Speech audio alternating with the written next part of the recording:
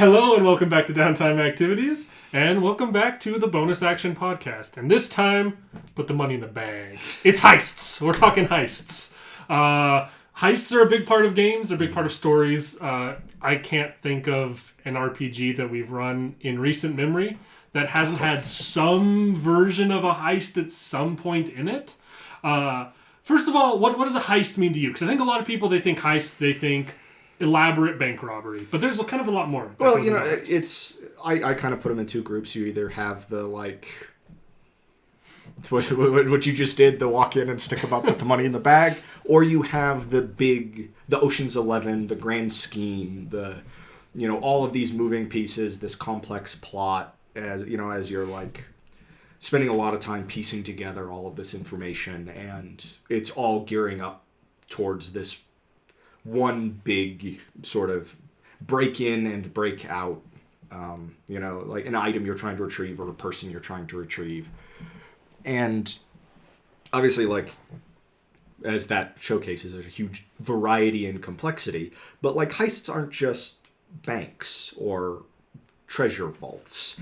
There's a huge variety to the things that you can be going after, and a huge variety in sort of the ways that is done and sort of the risks involved, as well as just how central it is to your story or how important it is to kind of the world at large. And it also, the variety, like you said, it can be in a lot of different settings, and a big variety in the object or individual that is being procured in this heist. Procured by questionable means. What immediately comes to my mind is you can be breaking into a bank to steal something because you want the money for it, and that could be some big heist the thing. vault at a casino, something along those lines. Very, very like you said, that kind of Ocean's 11 kind of feel to it. Or it can be something far more story driven. You can be You can be breaking into not breaking into the bank, but breaking into a library for a specific text that's locked away that you need to solve an arcane ritual riddle that will help you stop the Elder God from rising again, or whatever along those lines. Sometimes, this kind of blurs the line when you talk about individuals between the prison break and the heist, but oftentimes these will have similar themes, and breaking someone out of confinement can be a heist in and of itself. And much. I think prison breaks are worthy of discussion kind of over the course of this whole topic, because I think prison breaks are just heists. It's just what you're trying to do is rescue a person or get a hold of a person rather than an inanimate object or an obscene amount of money. They're just run the same way. Players are going to approach them the same way. Or using the same sort of handful of strategies. And as the DM, you're going to run them the exact same way. I have to admit, I do feel like we may be a little bit non-qualified to give advice on heists, at least from a player perspective, saying how to go about doing a heist. You shouldn't take our advice for it. Heists, we have run heists of some scale or another quite a few times recently, and they have essentially all gone, I think really tits up is the phrase that comes to mind, and it is just pear-shaped if you want to use an older phrase, horribly wrong. Which is part of what makes heists amazing in a lot of games. But just kind of blanket disclaimer, we're going to talk a lot about implementing heists in your game as a game master. We'll also probably give some player advice for heists. Take it with a grain of salt. If you want your heist to go well, you probably shouldn't listen to us. We're going to give that advice anyways. Well, and all of tabletop gaming is either things going according to plan or plans going wrong. Whether or not you approach something with a plan at all, that's tabletop gaming. That's the whole campaign. How often have we heard people yell, "I called it"? How many times have we heard people say, "I did not see that coming"? It's things going according to plan or plans going wrong. And heists are one of those things that implementing them into your campaign is a microcosm of that sort of whole experience. We've talked before about how side quests can kind of feel like entire campaigns just compressed. Mm-hmm. Heists are the same way. Very much so. And I think you really nailed it with, like, I guess both aspects of that are a good time and are awesome. And usually it's some level of both of those things that will happen in any given heist. Usually it's everything goes to plan until it doesn't, and then everything goes tits up and we have to improvise and adapt on the fly. And those typically are the best heists, I think. Well, and there's kind of this... Just because everything goes according to plan doesn't necessarily mean that's a good thing. Mm-hmm. The Fiasco RPG, in its sort of list of tilts or curveballs that you implement sort of halfway through the game, the one that always is just stuck in my head is the phrase, a stupid plan executed to perfection. Which is just, like, to me is just very evocative of, like, because it's, because those tilts are meant to be bad things. Because that's the whole point of a Fiasco game, is everything goes horribly wrong. We're going to just talk about Fiasco games in a future bonus action, as well as hopefully just play a bunch on the channel, because it's such a wonderful game we haven't played in way too long. But a stupid plan executed to perfection is just... like such a wonderful descriptor of players reaching that point where they go, everything's worked exactly as we wanted it to. Shit. Yes. Like that moment of realization is one you have a very hard time setting up as the DM, but those moments are always memorable. Mm-hmm. Like a heist gone wrong doesn't mean failure, and a heist plan going right doesn't necessarily mean success either. So I guess let's just kind of go into elements of a heist. Or I think first I'd like to go over some heists that have happened in our games. Okay. And kind of talk about some of the more recent, like at least ones we can kind of recall. And then from there break down and talk about building a heist, and then as a player how to approach heists, I think. So start with the heist that most immediately comes to my mind is the Blue Star Job, because it's one I played in fairly recently.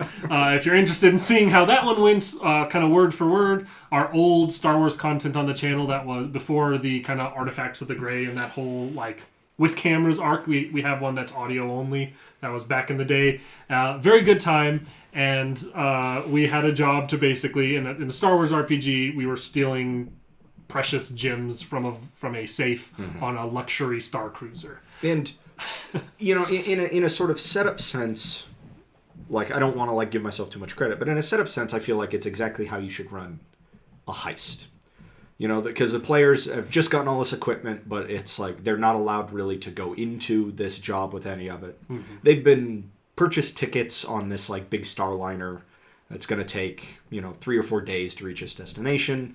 They kind of have 2 opportunities to pull the heist because there's a big party each evening, and they have to leave the ship during one of those 2 opportunities. Otherwise, the ship's like in hyperspace, and they'll never be able to make it out of the hangar. Mm-hmm.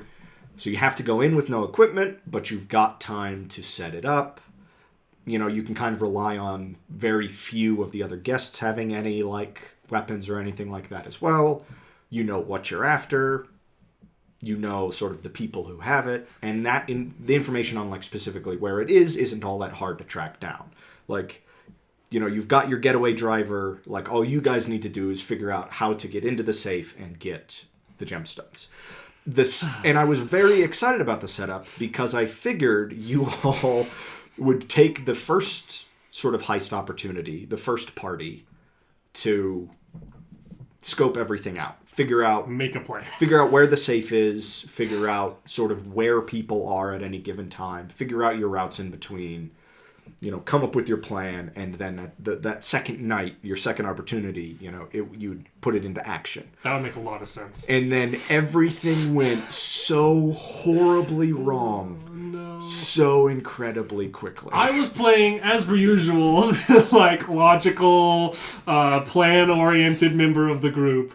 And it's like we walk in and immediately I've got Beavis trying to smuggle in his brass knuckles, pretending they're championship rings, and Butthead trying to pickpocket a blaster off of the guard. And one of those two things works. Yes. Unfortunately, because then it armed him with a blaster, which he used to deadly effect. And then immediately there's an attempted seduction and a kidnapping. And immediately a person's killed with a wrench. 2 other people are shot to death. People are just yelling over the radio, "We're going now." Like, the heist is now. Nobody's ready for it. Like, 9 people total end up dying before you guys are able to, like, very sort of sloppily, in a shootout, stumble out of the hangar and fly escape from the safety. ship. It went bad enough that we considered removing heists from this list of topics immediately after it happened, because we were just like, I don't know if we have any grounds to talk about running heists anymore, right. Because that went so spectacularly wrong so quickly. But at the same time,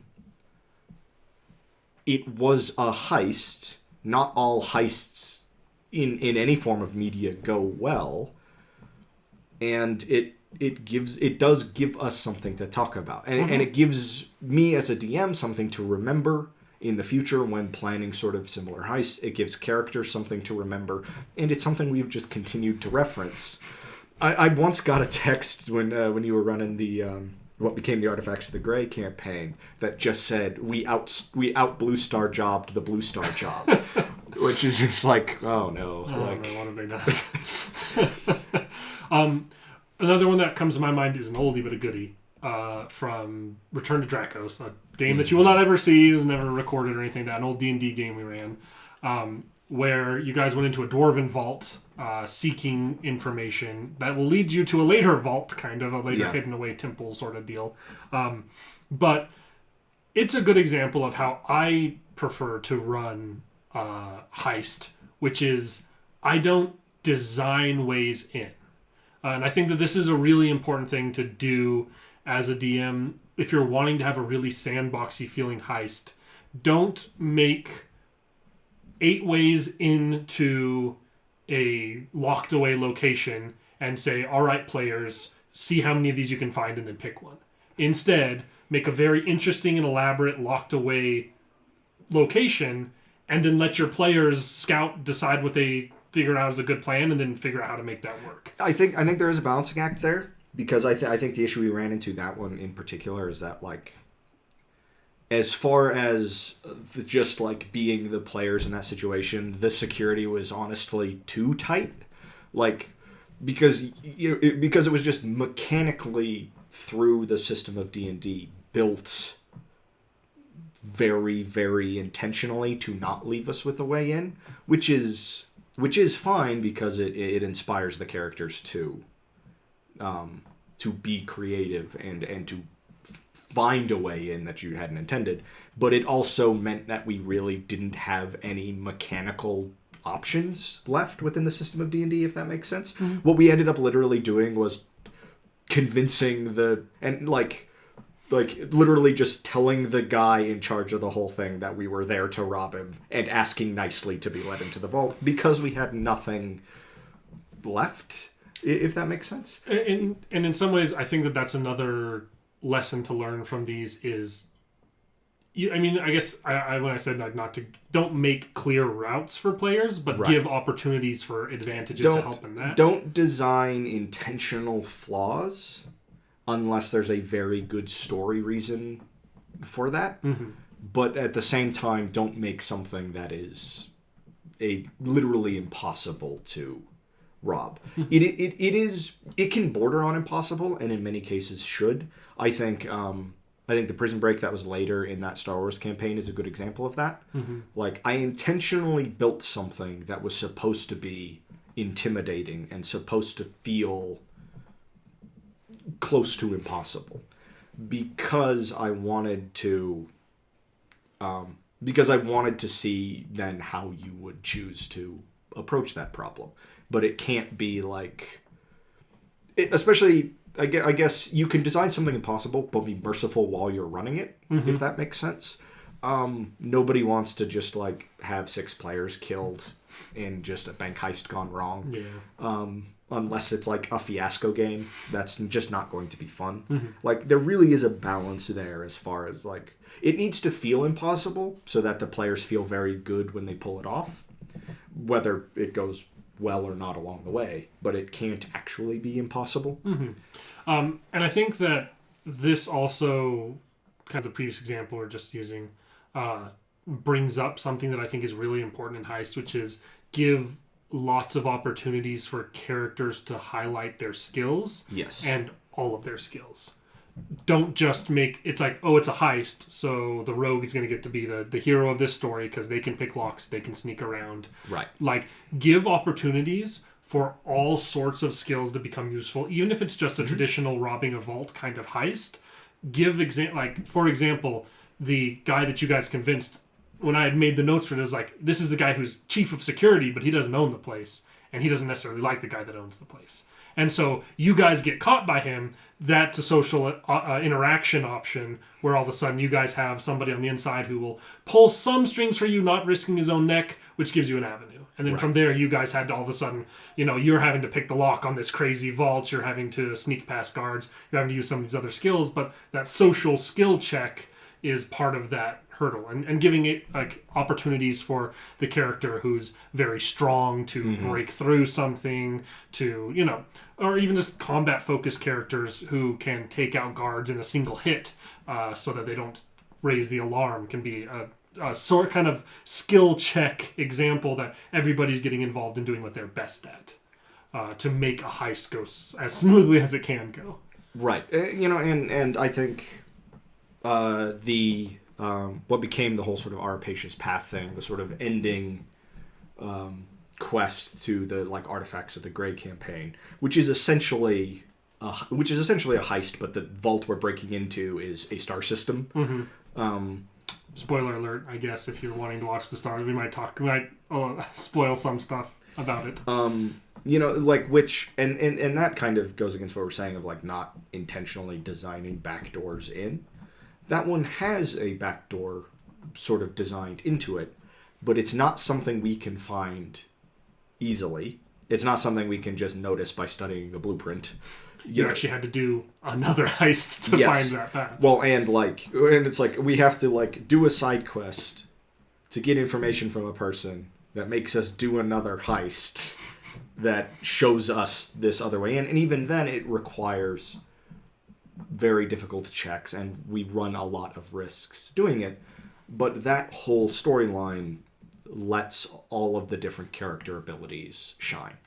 It's kind of the big combat in which a lot of like cathartic combats are had, but there's times for a mechanically focused character to really shine. There's times for the kind of charismatic or stealth focused characters to shine. There's times for the Jedi characters to shine. There's times for the much more sort of directly combative characters to shine. It gives everybody their role within that, that whole arc, and lets everybody kind of take the lead at one point or another. And I think that's like, you want the rogue to feel cool during a heist because that's like a big part of rogue's abilities, but you don't want it to be that every single check is a stealth check or a thieves tools check in 5th edition. You want to make sure that each different skill set is getting its opportunity to shine as much as you can. And and to some degrees that's really more advice for players as much as it is DMs. Like build your heist plan so that everybody kind of has their place within it, and everybody's kind of either taking the lead at one point or another, or is kind of responsible for different pieces. Because not only does that like give rise to excellent moments when things go right or wrong. Like, okay, everybody else is in place except that guy. That's a problem.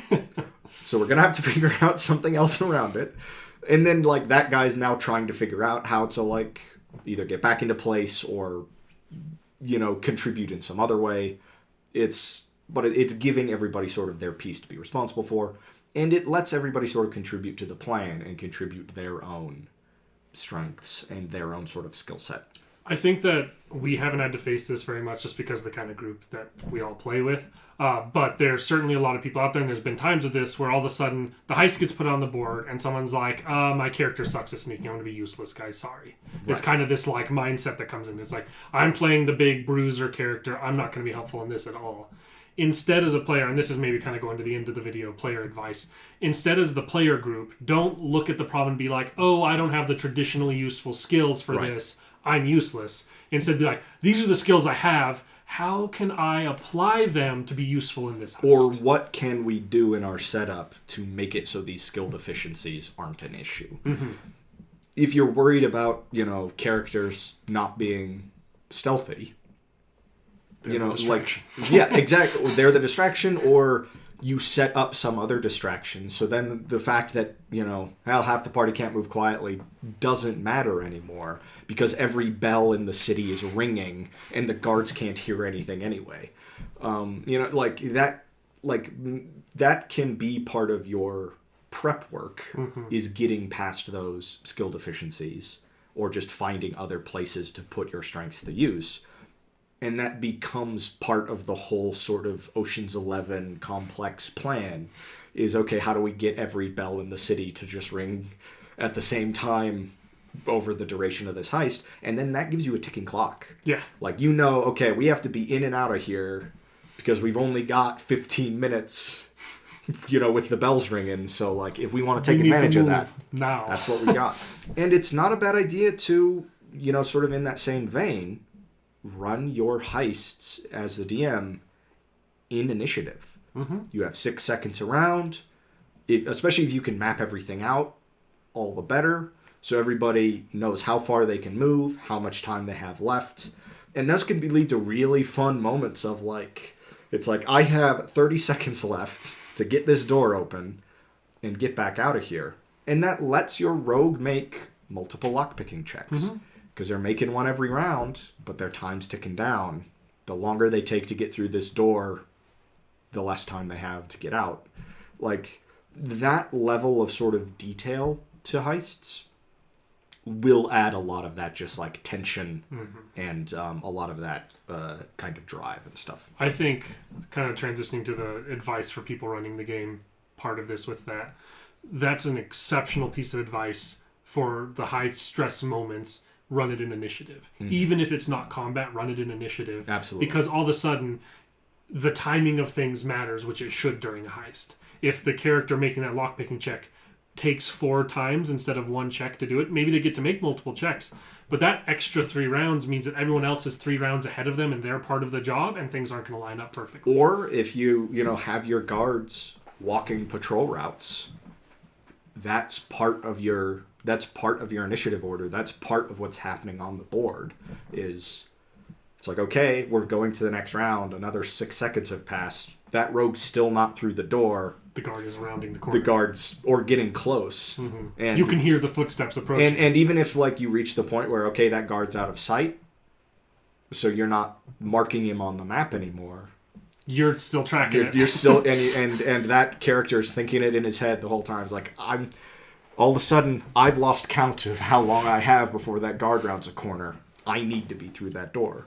And, and it lets everybody have that sort of second-to-second decision-making. And, all taken if you can, if you could speed it all up at the end, a lot of stuff looks very fluid and looks really clean. Whereas you're getting the time to actually slow it down.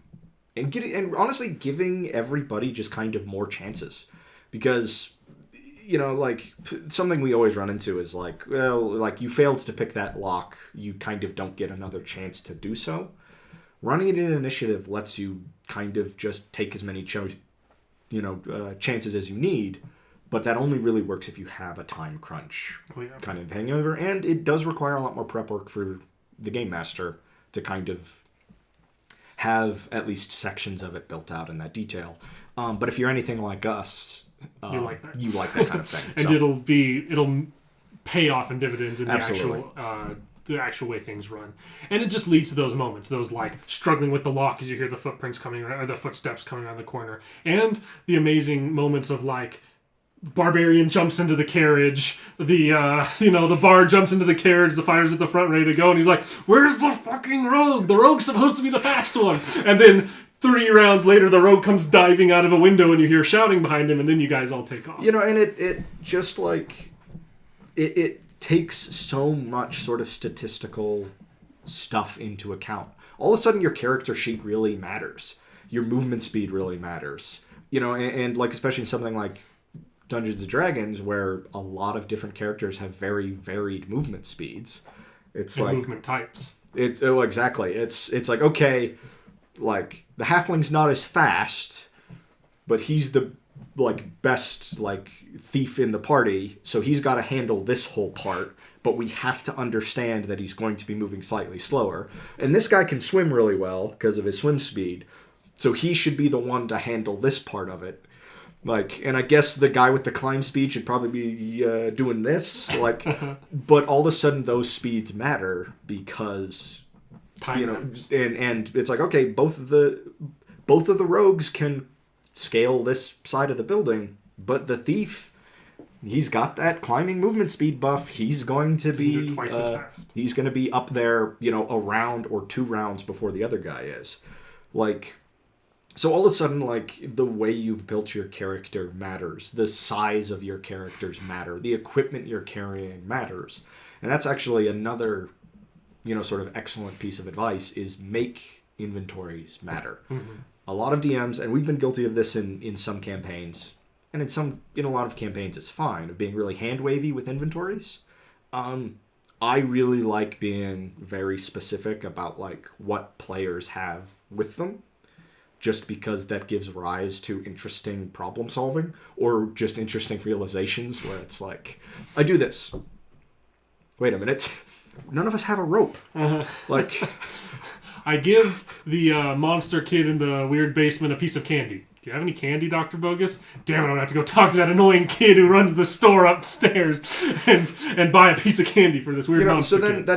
That either becomes part of your prep work, and that's kind of part of the fun about the heist is all right, we've got this big complex plan, here's how everything's gonna run, so here's our shopping list of stuff we need to buy. And if some of that's weird stuff and gets left behind or it plays an intrinsic part in the heist, that is an excellent way for that heist to matter in the world at large.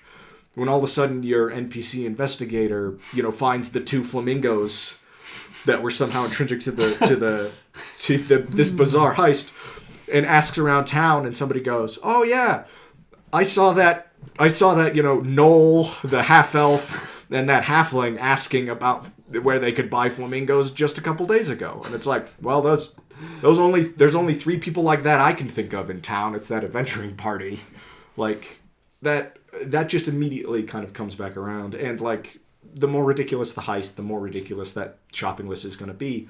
And if it's a big enough deal, getting a hold of some of that is side quests or mini heists along the way.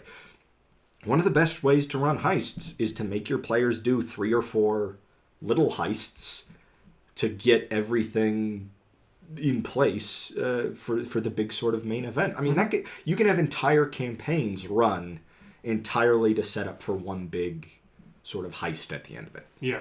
And I mean, that's a really cool way to set up certain aspects of kind of the traditional parts of a heist, like your way in. Mm-hmm. Maybe you need to do another heist or another quest line in order to have the access card, to have the uniform that allows you to walk into the place, and also setting up your escape plan. You might need a certain vehicle or a certain spot that the vehicle can be at the right time, and that goes back to that timing mattering, where all of a sudden, I mean, something that comes to my mind, that's something I've always thought about because I think too deeply about movies sometimes, is that moment, I think end of Princess Bride, when they open the window and Fezzik and they're all down there and they jump down on the horse, they ride off into the sunset, right?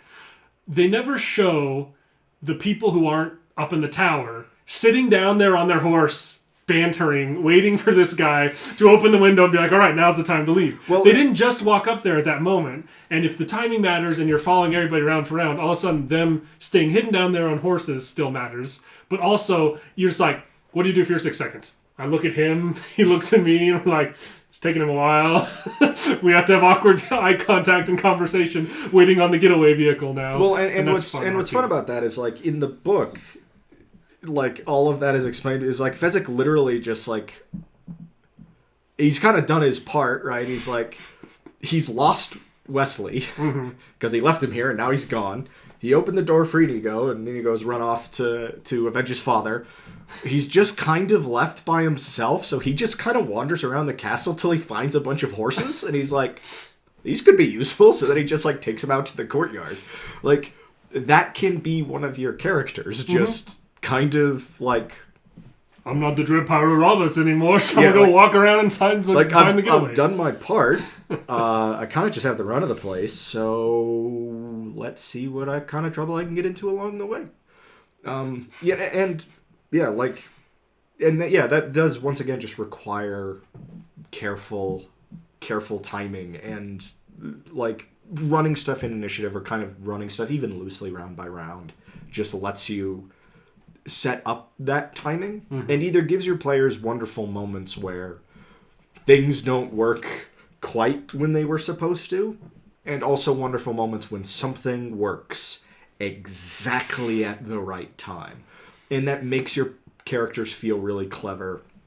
You know, if they've already set up explosives all over, you know, all the supports on the balcony, you know, and it pays off at just the right moment to drop a bunch of guards into the river, that's going to feel just like complete success. It makes the characters feel really clever.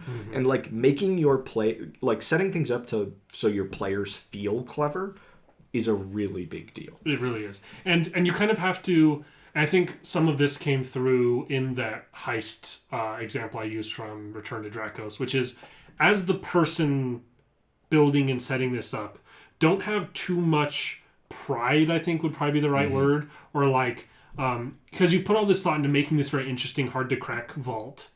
Don't try and warp it in a way that your players aren't able to be successful, because you're like, I made too good of a vault for them to be able to do it this simple way. Instead, let the dice fall how they are and tell an interesting story, and let your players fail or succeed in a way that's fun and interactive and good. Don't let your pride in what you've built get in the way of the story being told. Well, and remember that, like, when things don't happen in your story the way that you had planned, and that's going to happen all the time. Like, that's an excellent opportunity to just sort of decide how the world responds to that. You know, I very briefly ran a campaign for my roommates at the time, you and Costigan, because we just had the time to kill. We're like, it's always just the three of us around here. Let's just run a little campaign that we can just pick up whenever.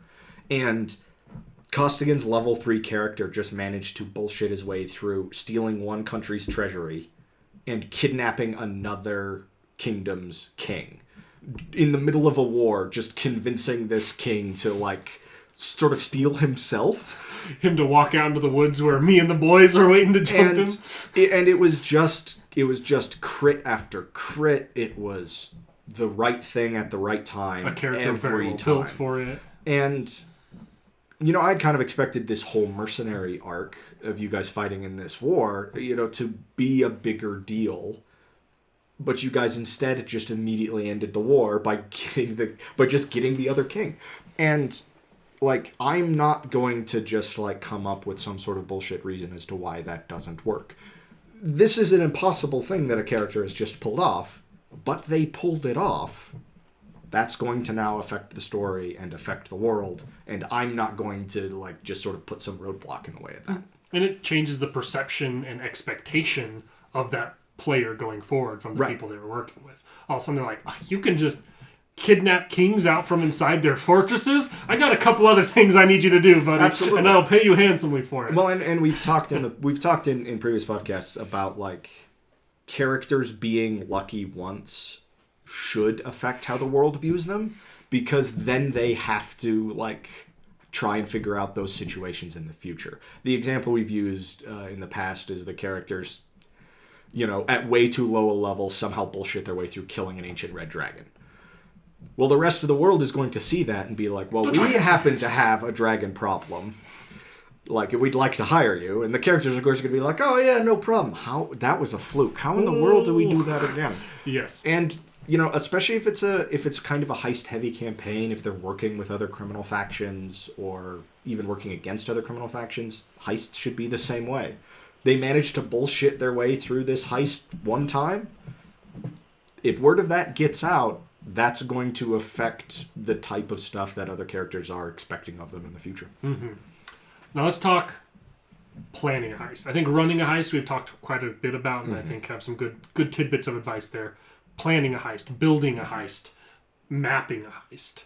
What are important parts of that in your mind? I mean, everybody I think kind of defaults into the let's try and get, blueprints for the building or a floor plan. Let's scope it out and see if we can see any obvious weaknesses. It's not a bad idea as a DM to sprinkle a couple of those in there, or at least things that kind of seem to be weaknesses. They don't need to lead straight. It doesn't need to be a tunnel that leads straight to the vault that the players are like, it's that great right there. Just go for the sewers, easy. But just let your players notice, okay, there's a grate in this wall of the castle that we could probably get through, or this section of the wall, if we could climb it, is less guarded. So the players are going to default into that type of scouting stuff. They're going to default into just relying on the rogue to do stuff. The best piece of advice I can give is do that homework, because there's a very good chance the DM has built some stuff in there that he wants you to see or wants you to take advantage of, and don't just view it as this is a stealth mission or this is a social infiltration mission. Take advantage of the skills that everybody has. And like we were saying earlier, find ways to either take advantage of those skills or to make it so those skill deficiencies don't matter as much. Two biggest pieces of advice. One is a little silly, but is the most important thing. And the second is, I think, a very good and useful piece of advice that's a lot less silly. First and foremost, decide the nature of every floor above the first floor. Because every single time you give a heist to your players, I guarantee it, they're going to be like, are there any second story windows? Are there any balconies? What's the roof look like? These kind of things are decisions you should not be making on the fly, because that leaves a chance for things to get blown wide open for good or for bad. Having an idea of there are no windows until you get to the third floor, and all the windows are locked. But some are glass and easily broken, but that might be loud. There is a balcony. It's got a set of double doors on it. It's 4 floors up. Those doors are typically locked, but unlocked at these kind of times of days or these kind of events. If you know that, you're good to go. But verticality is very important in heists. Be that verticality above or below ground. Similarly, think if it's a underground portion, sewer accesses, things along those lines. But the first thing any group is going to do is they're going to be we walk around the building. What does the second story look like? What does the third story look like? So know that stuff. And as players, do that. Do that. Yeah. Take advantage of the verticality of locations. Yes. Because it's well, I don't know if we want to go in through the roof, because then we have to somehow get into the basement. But quite often it's you can find easier ways, even if it's just the barbarian hurtling the halfling rogue up to the roof in the middle of the night, and hoping he hits his shot. Quite often there are ways to just take advantage of the verticality of locations, and that should absolutely be something that you're looking for. 100%. The second and a little more functional, a little less goofy piece of advice, although that is, I guess, the most important thing to know as someone planning a heist, is when you're building a heist, I think it's very important to make lots of opportunities. I've kind of said this before. Lots of opportunities for your players to use different skill sets. So make the kind of semi-corrupt guard who will take a bribe or who can be talked into doing stuff. Make the weak point in the wall that a strong enough character could bust through. Make these kind of things all over inside of here. Not necessarily, the place doesn't have to be flush with weaknesses, right, but make lots of opportunities for lots of different skills to come through, but make next to none of them required to be successful. And don't just build a bunch of paths that go all the way in or all the way out. Create small things the players can take advantage of here and there, but it takes multiple of them in order to make true progress. And the place still needs to feel secure. So part of the balancing act is, designing a location that feels secure, but has weaknesses players can take advantage of. And then on the other side of that, as players, noticing and piecing together those weaknesses in a way that lets them sort of achieve the impossible. Oof. The impossible. I had a hard time getting that word out. And on the other end of like making lots of these opportunities for them to have these different skill checks and stuff to accrue those advantages, don't make too many times that messing those up completely blows the thing open. What a heist should honestly feel like a lot of the time is a growing list of successes and fuck-ups, that you want the successes to be higher than the fuck-ups, to a point where, or that the fuck-ups are recovered to the point where that list is balanced in your favor and you're able to get things done. That you alert guards, but alerting that guard that something's going on gives them a increased alertness. They're going to try and figure it out, but you still have a chance to recover from that. Be it by distracting them, by lying to them, by one person getting caught and getting thrown out because they pretend to be drunk when they get found. They're like, oh, this drunk wandered on here, while the other person sneaks around past them. There should be repercussions for failing at these checks, but a single failed check should not blow the entire thing open, because if that's the case, your thing will get blown open every single time, because dice. Yes. Even someone's got a plus 13 and something can crit fail at it. It doesn't matter. It will happen. And so don't be overly punishing, but make mess ups matter. And it doesn't have to be the punishment for messing up shouldn't typically be the entire thing's blown open. It should be a setback. It should be one person's not able to be used in this heist anymore because they get thrown out or they get caught, or they're on higher alert. There's more patrols and patrols are happening more often. So now you have to do everything else quicker. And that's part of the part of the benefit of running at least parts of your heist in initiative order, is it gives players time between messing up and those repercussions. If an alarm has been raised and they know, okay, this area is going to be flooded with guards, it takes time for the word to get out and the guards to get there, and that gives, especially running in initiative order, time for your players to act. If they can still pull this off if they move quickly enough, or if they shortcut other parts of the plan. Running an initiative just gives you a much sort of minute way to accomplish that without being kind of hand-wavy about the times.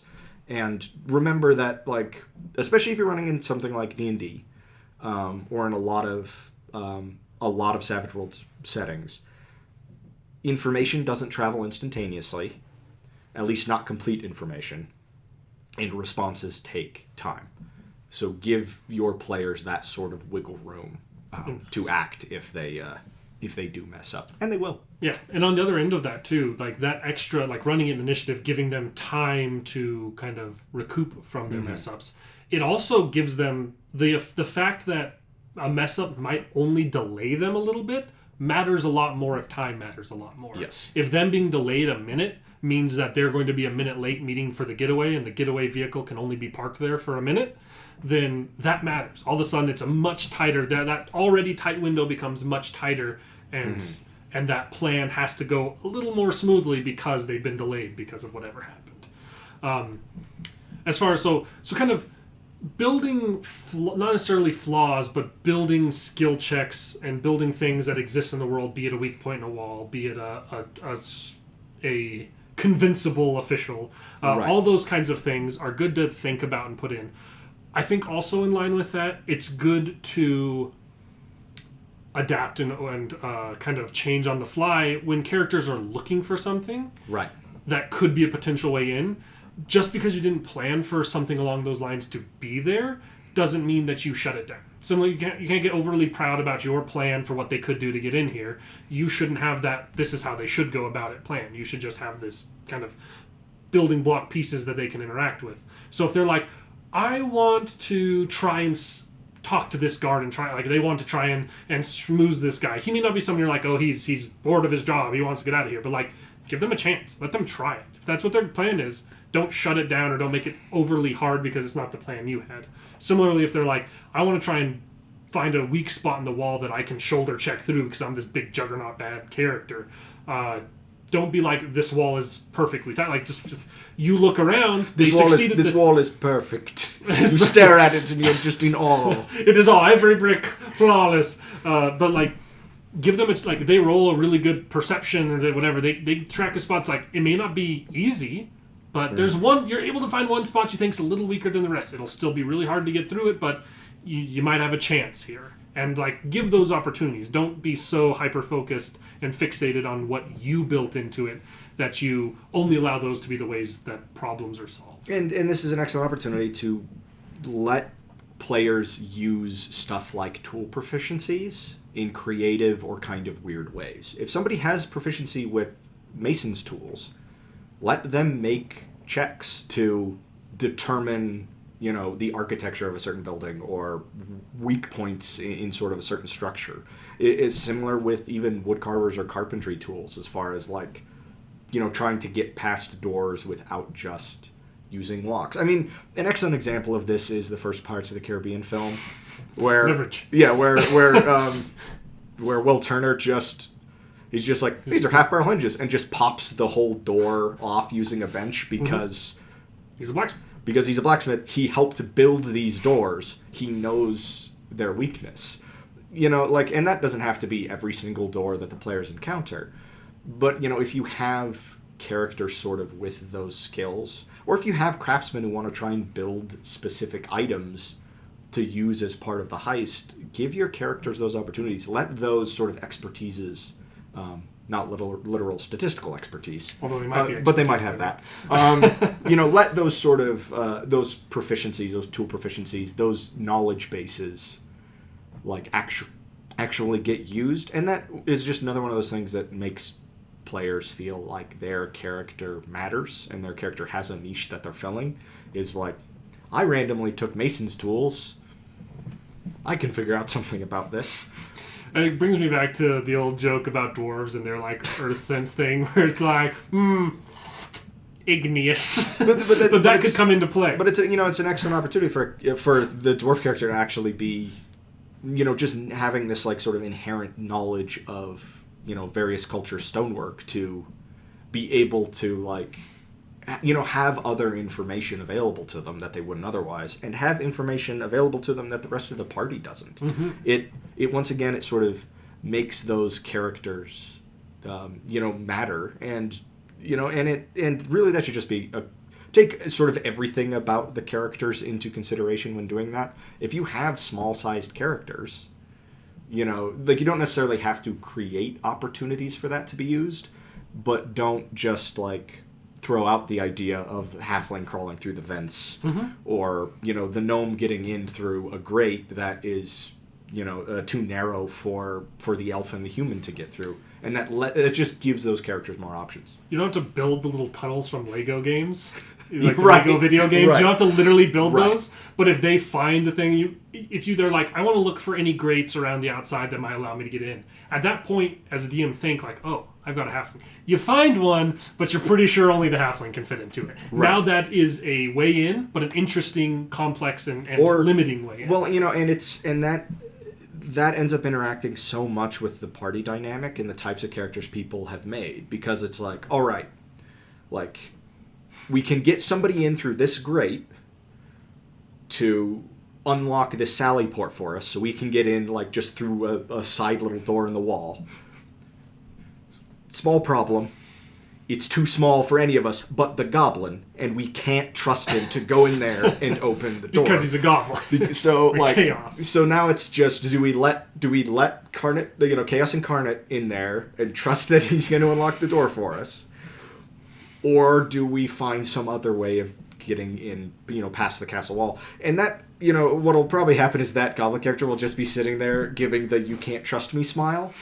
And like that it's just another element to the heist. That's another balancing act. And then as the goblin character, I don't know, just roll percentile dice the whole time to see what you're going to do once in there. Or just, roll a perception check to see how well you were paying attention to the plan, which we've done in the past, which is like, it's like, my character is like, I say, yes, sir. I caught none of that. It's still stumble through achieving the plan. Don't necessarily be a truly intentional hindrance as a player to your party, but like, remember who your character is. You're all sneaking in and, you're hearing that guard bad-mouthing elves, and that's a thing on your character sheet. Is like, you don't stand for that. It's like, there's a small hitch in the heist now. There's a dead body in that tower over there. Right.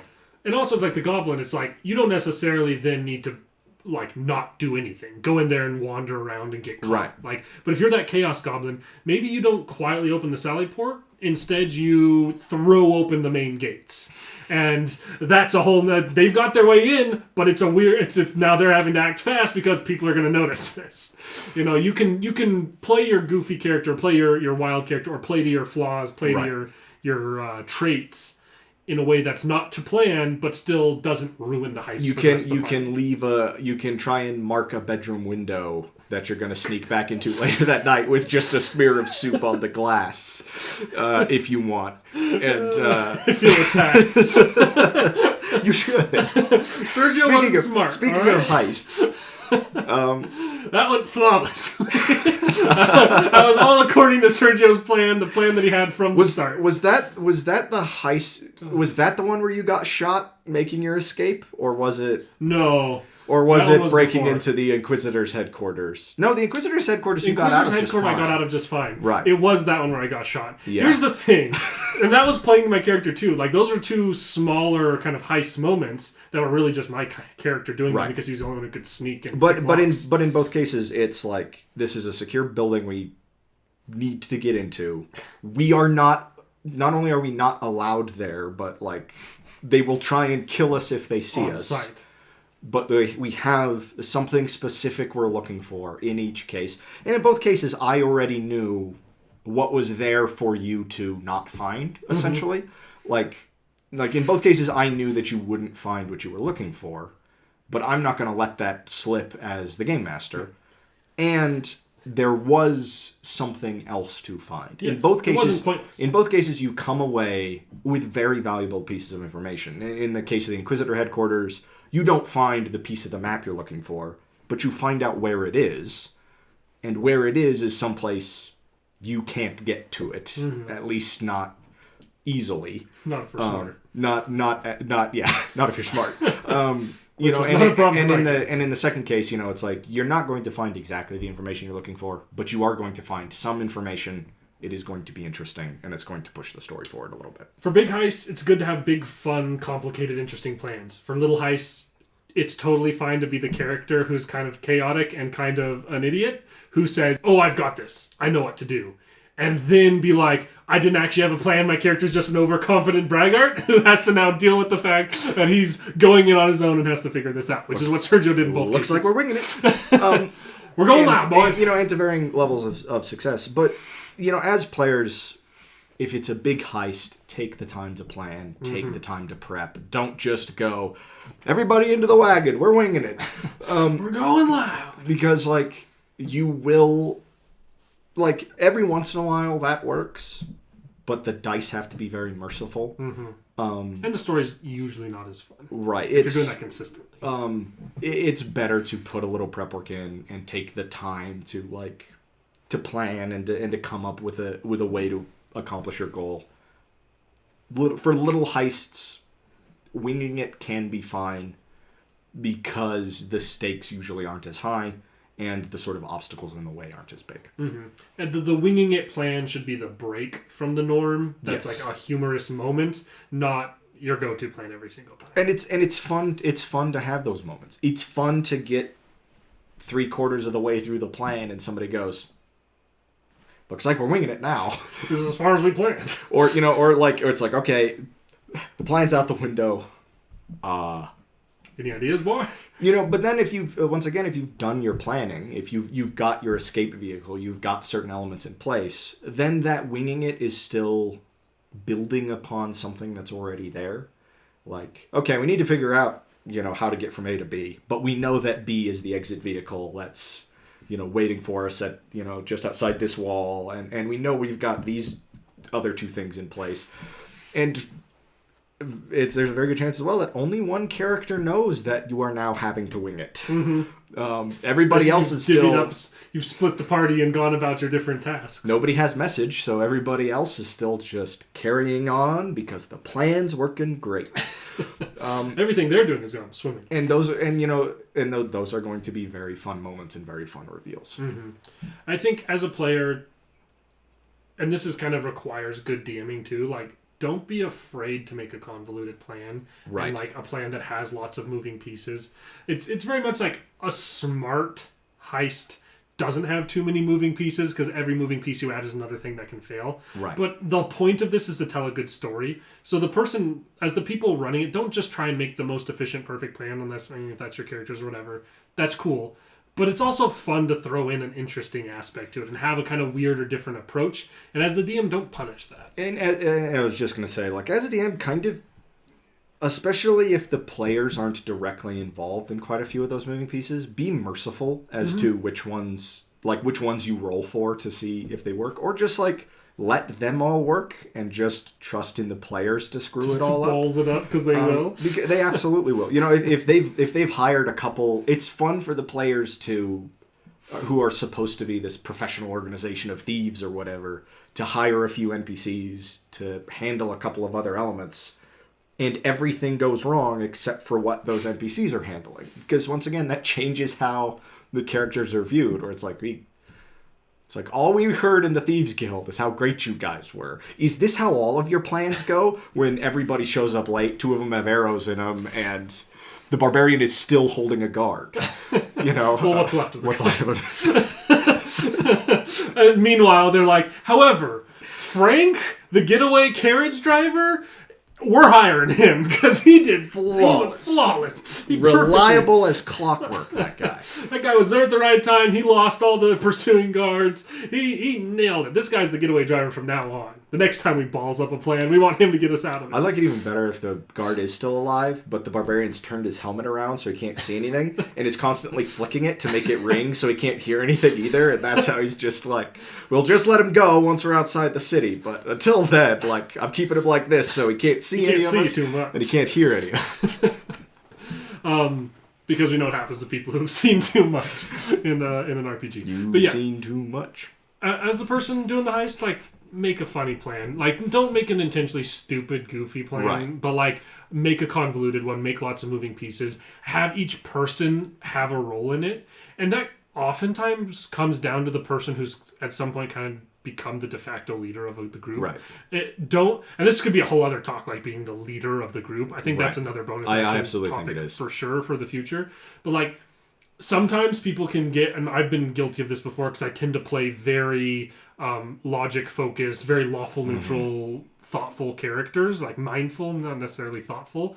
But, like, if you're that character, if the other person's like, oh, my character is really good at, like, convincing people, let me try, or like, I'm the seductress character, please let me try and seduce the guard. I'll seduce the guard. Don't be like, well, we don't really need to seduce the guard to get to that part, so don't do it. That's just a role you could fail. Right. Instead, be like, yeah, go for it. Like, let that person have their moment. Build your plan around those ideas instead of just kiboshing the whole thing and once again, going for the most efficient method possible. But at the same time, as players, have a good sense for when a plan is sort of too ridiculous. Yes. You want it to kind of float in a middle ground there. Gray area. Because if it's too serious and too streamlined, it's not going to be all that much fun. But you also don't want the plan to, rely on convincing all the guards that this horse is a dragon. You need to have float in that sort of tabletop RPG middle ground of ridiculous. That rule of cool gray area. And just really, and let that kind of carry you through, because if it strays too far into the ridiculous, like it or not, intentional or not, the DM is going to be less merciful, and than he would be if stuff is just sort of, if there's a special, there's kind of every DM, I think, at least a good DM, has this special brand of ridiculous where they are either just not asking for rolls at this point because of the things going on, or they're just going to be merciful because they want to see something work. If you know your game master well enough, you can absolutely kind of like play into that and take advantage of it. And that's not a bad thing. No. That's making a fun moment for everyone at the table. I mean, it's, it's a thing where you just keep asking the DM for the name of every NPC you run into, and just like watching them like then have to just get annoyed and have to Mr. Lanius. Mr. Lanius. And then he showed up again later when we hired him as a guard.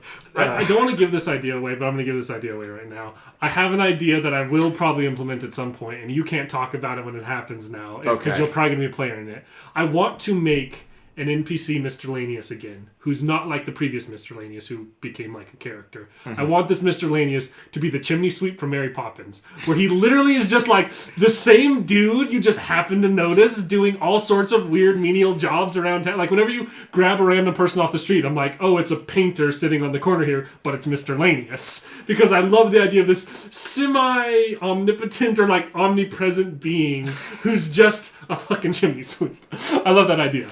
But anyway, back to the more focused talk here with the heists. But, NPCs, detailed NPCs can be an excellent thing to take advantage of because, players looking into their schedules or looking into their sort of personalities or preferences can be an excellent thing for heists, especially if players are going to try and impersonate them. And if that's the case, let your players do as much research as possible and get as much detail as possible, and then force some of that to be relevant. Oh yeah. Force characters to deploy those smoke screens. If they can cast Disguise Self, they've got his Ring of Keys because he's tied up in a closet 2 blocks away, and they're trying to just like walk in and perform their half of the heist.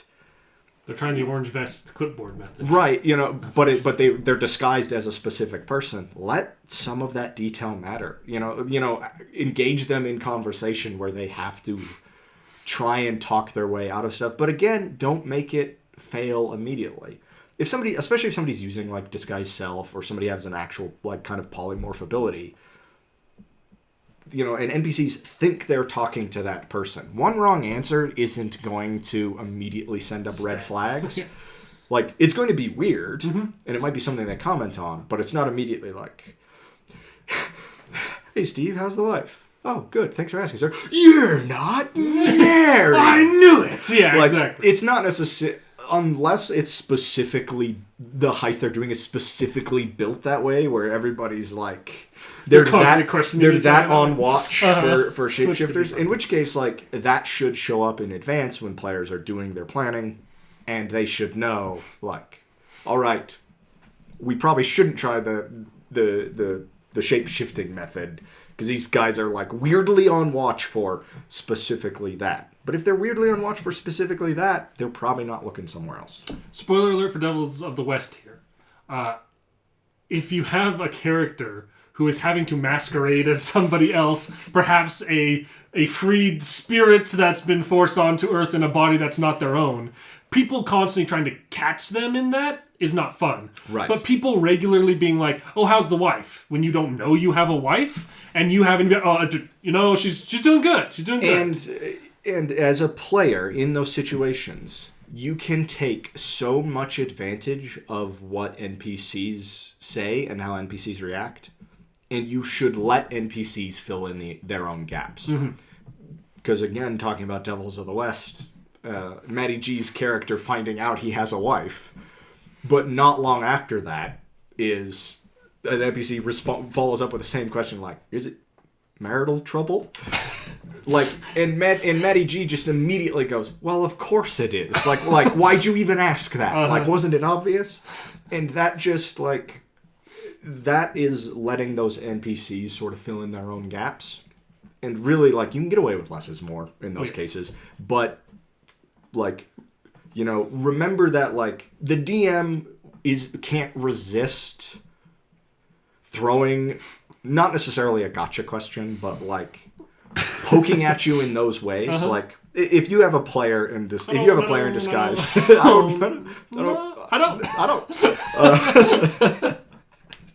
It's like the only time he's failed to answer one of those questions well. It's incredible. That episode is out by now. Yeah, just went out. But like the DM is going to ask those kinds of like, how's the wife?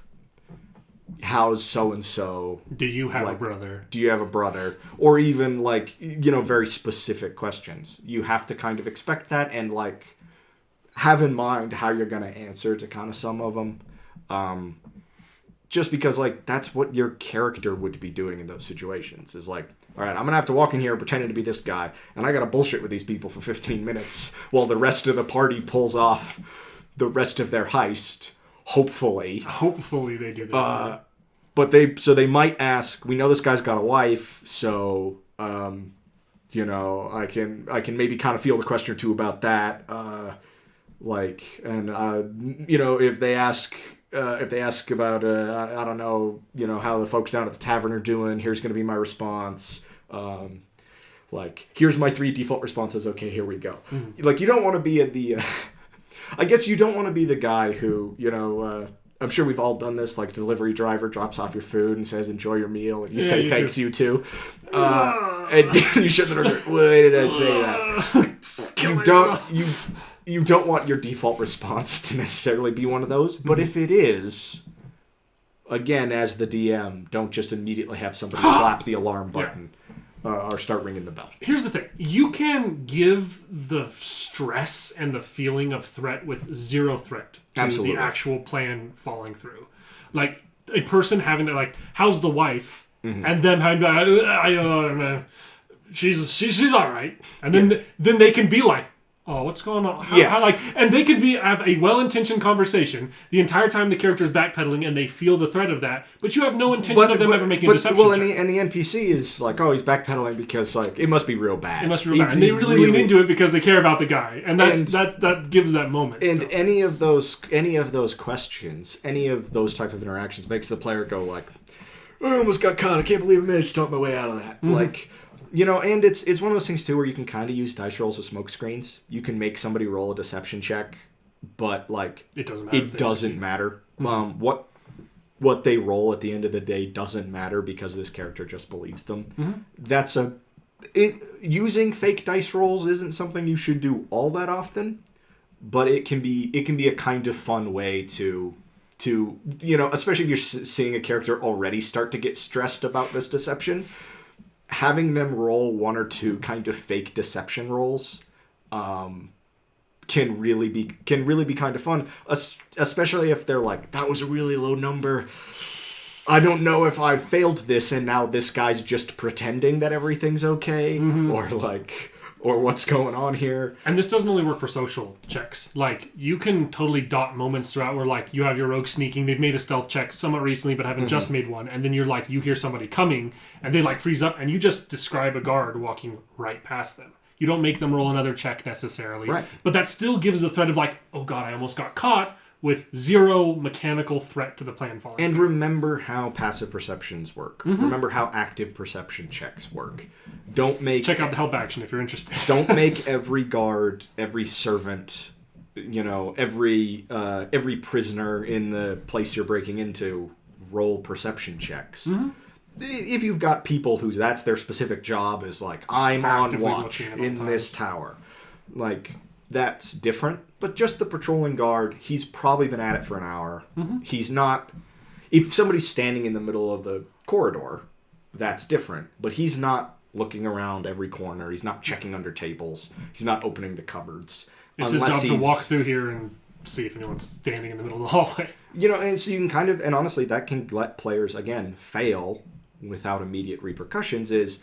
Okay, they failed one stealth check. That guard clearly heard something. But he doesn't immediately know that, there's a rogue in the cupboard. Mm-hmm. But now he's kind of, looking around a little more, trying to figure out where that noise came from. And again, let players be creative. Let them throw the rock down the corridor, and when he turns around, dart into another room. If every check is if every stealth situation is you make a stealth check and then the DM rolls a perception check and just happens to get higher and the whole thing's blown open, stealth sucks. And the heist isn't fun because you don't want to have anything that's like, okay, how many successful rolls can I do in order? Because can I do it in order enough to get through this? Because there's no way you're going to make it all the way through. You don't hit every attack in a combat. Unless they have like a ludicrously low AC, and even then, or it's somehow an extremely short. You still somehow miss the black pudding, even though it's got like an 8 AC. You still happen to miss it because dice. But the stealth situation specifically, like if instead you've made your stealth check and a guard happens to be walking by using their passive perception, and their passive perception's higher than that check. Now they heard something. And they turn over and they look in the direction, and now they make an active check, and you give them another stealth check to recover. Right. And if they fail that, all of a sudden something's over here, and they approach, and you give them like that one more chance to try and throw, and like that one more chance to very quickly knock this guard out or take him down before he raises the alarm. And even again, if he spots somebody, maybe he's yelling intruder. That doesn't guarantee that there's anybody around to hear him, or like other people, again, like that might just be triggering other people's passive perceptions. Yeah. If everybody else in the area has low passive perceptions, they might not have heard that guard get off. Or they just heard something. By the time they get there, this guard's been knocked out, thrown in a closet, and the rogue's moved on, and then they're just like, I thought I heard something down here. Like, you don't have to be overly forgiving and make it impossible for them to fail, but don't make single dice rolls ruin things. They'll roll bad. As a player, play smart. Don't just, without good reason, don't just walk down the middle of the corridor. Don't just trust that your DM will be merciful and that you can just walk in and walk out. Yeah. Also because it feels good to be the rogue, creeping along the banisters and moving from rafter to rafter and, slipping around guards with just like perfect timing. Mm-hmm. Like that feels really good as a character. And it feels good as the barbarian to be waiting for the guard to come by and just grab him and silently, choke him out and like, okay, that's one less patrolling guard in this hallway now. Like it gives, the wizard using silence to cover up, the brutal murder of a guard. Cast silence there, and all of a sudden the guard like stepping is like. I was gonna say. And then an axe hits him in the back of the head. I was gonna say somebody else casting knock on a door. No. But silencing a hallway that a patrol's about to go through, and then viciously murdering. And then doing a mini combat in this silenced area. That's still a stealth mission. Mm-hmm. And describing this perfectly silent massacre is a very interesting moment. For right. It's don't play stupid. Actually take advantage of the abilities you have because it feels good to it's like I am using my character to accomplish something. Mm-hmm. That always feels good. And that's sort of the point of the whole game, right? Is you're making a character and you want that character to succeed. Quite often it's funny when they fail, but it's a lot of fun when they succeed. And heists really should be set up the same way. Yeah. Or approached the same way. As a player, plan and act smart, but interesting. And as the DM, plan thoroughly, but also don't punish bad luck. Right. You can punish stupid decisions, but you shouldn't punish just bad luck on the die for a single roll. Well, and even complete failures shouldn't, end campaigns. The ultimate failure of a heist should be the players getting thrown in jail, or they're barricaded in the vault, and they're like, well, we can't really fight our way out of here, but we'll take down a hell of a lot of these guards if they try. And the king being like, okay, let's talk. Mm-hmm. Let's make a deal. Like, I want you out of there. I want you to stop killing my guards. We found the one that was squished flat and shoved under a table with a tablecloth over it. We found the one you put in a drawer. A whole man into a drawer. And everyone turns to look at the barbarian because that was, over on his... it's definitely his wing. His wing of the palace. But that gives them an interaction with the king. They're making a deal. Maybe it's not a deal they want to take. Maybe it's not a person they want to be dealing with. But that's just adding more depth to the story. It's adding more side quests. It's adding more content. Mm-hmm. Like, the thing about tabletop RPGs is they don't have DLC. Like, you're not locked into this nice little pre-built story. even if you're running a pre-built adventure. Everything you do has the possibility of opening up just more content. Yeah. More side quests, more adventures. And failing heists should be the same way. Mm-hmm. I feel like I can keep talking about this, but I feel like we're quickly approaching... we're past the time that this would normally go a decent bit already, so we should probably call this to a close. So kind of closing thoughts with this. What's your kind of closing advice to somebody prepping a heist in their game? At least consider running it in initiative. At least parts of it. At least parts of it. So you can get that sort of nail-biting timing. And as well as give players multiple chances to succeed at certain things. Don't be merciless, either in the design of the heist or in what's happening while it's running. And, I mean, really just build, like, it's not a bad thing to, like, know your players and know the characters they're planning. And either sort of go ahead and lace things that they're going to be good at into it. Or at least, like... really be willing to let players sort of build their own elements of the heist. If players have certain skill sets or come up with ideas that you didn't have, don't just disregard them out of hand. Be willing to take advantage of some change of that. To make them relevant. And that kind of goes with the player prep work too, which is like, don't make any of their prep pointless. Yes. They may not choose to use all of it, but make anything that they try and prep and do have the potential for relevance in their overall plan in the end. How about closing advice for players who have a heist coming up that they're planning for? Make it complicated, make it interesting, make it smart, and play to strengths. Don't force characters. I mean, it can be funny to force the character who's loud and clunky to try and sneak, but like, build your plan around what you're good at. Find ways, even complicated ways, to take advantage of the skills you have or to make skill deficiencies matter less. Mm-hmm. And don't let your desire to succeed be overweighed by your desire to tell a good story. Yes. You don't just need to make the best plan, and if you have a good DM who's going to make it a fun and interesting story, even if you don't make the super hyper efficient plan that won't be overly merciless, like you said, then your more complicated but still well thought out plan should still have a good chance of succeeding, because that'll be a really fun and interesting story. And, you know, a last piece of advice here, and something we probably should have talked about, even though we don't need to push this any longer than we have already. As the game master, don't be afraid to make weird heists. Mm-hmm. Either to make locations weird, to make something in sort of the setup of it weird, or make the thing that they're trying to get a hold of sort of strange or a problem in its own right. If they need to bust somebody out, but the person they're busting out is going to be a serious problem the whole time they're like... It's like, all right, the escape vehicle's here. Where's the old man? And then you hear echoing down the hall. Like, damn it, he got away. We gotta get him.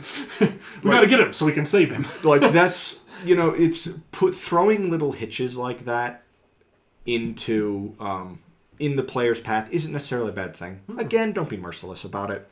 But, like, you can make kind of goofy heists or kind of weird little setups and stuff, and really, like, again, take a lot of that pressure off and take a lot of the risk out, while still giving the players a chance to just, like, come up with some crazy Ocean's 11 plan to pull off whatever it is they have to do. Try and get whatever their MacGuffin or Sir MacGuffin that they're trying to steal or save. That's Mr. MacGuffin to you.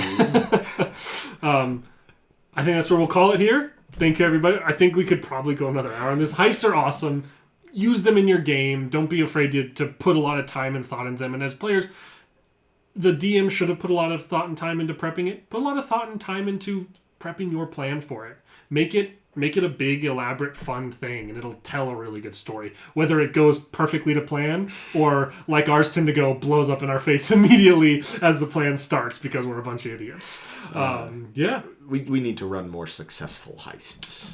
We tend to succeed at our heists in the utilitarian, we did the thing we came here to do sense. In a very strict sense, We tend to accomplish whatever goal we set out with. We technically succeed at heists, which is the best kind of way of succeeding at heists. It's a way to succeed at heists. Now go forth and do better at your heist than we do. Succeed in a less technical sense. Hope you found this interesting or useful. Please, if you have an awesome heist story, throw that down in the comments. I love heists. I love heists gone wrong. Your best heist gone right or heist gone wrong story would be greatly appreciated and enjoyed. Thank you everybody for watching / listening, and we will see you in the next one.